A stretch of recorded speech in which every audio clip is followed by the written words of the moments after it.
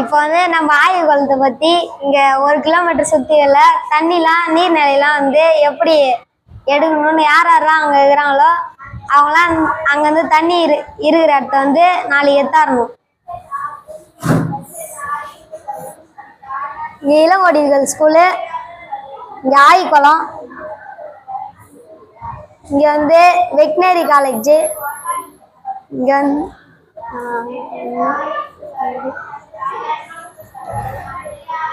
இங்க வந்து நம்ம ஸ்கூலு, இங்க எதிர்க்க மண்டபம், இங்க வந்து ஏஎஸ்கே மண்டபம், அதுக்கப்புறம் இங்க சங்கம் மண்டபம், இங்க ராகவேந்திரா கல்கி கோயில்,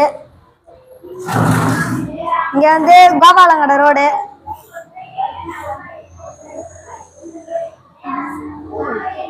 இங்க இந்த பகுதியில் இருக்கிறவங்களாம் தண்ணி எங்கெங்க இருக்குதோ குளம் கிணறு இங்கெல்லாம் தண்ணி இருந்தா யாரா 4 எத்தாரணும்.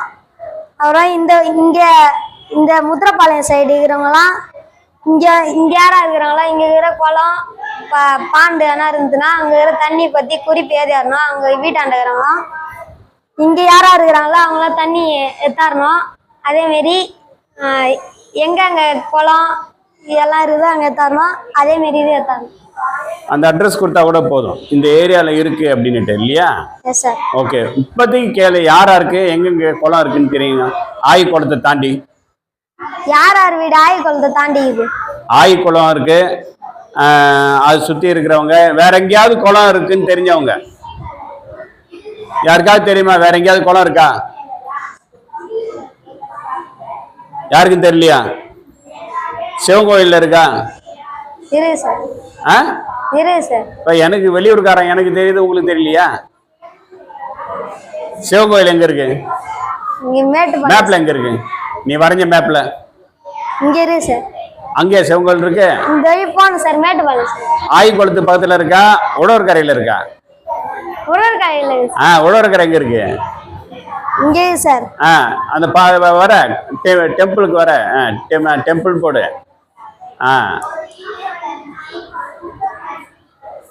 ஓகே, அதுக்கப்புறம் அங்கே கிணறு இருக்குல்ல?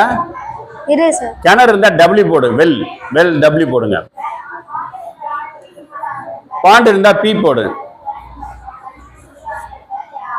பாண்டு இருந்தா பி, வெறும் பி மட்டும் போட்டா போதும். பி ஃபுல்லா எழுத வேண்டாம். ஸோ இந்த மாதிரி குறிச்சிட்டு வந்தா நமக்கு கொஞ்சம் கரெக்டா இருக்கும் இல்லையா? அது வாட்ஸ்அப் மூலமா மற்ற இது மூலியமா கொடுக்கணும். அதே மாதிரி உங்களுடைய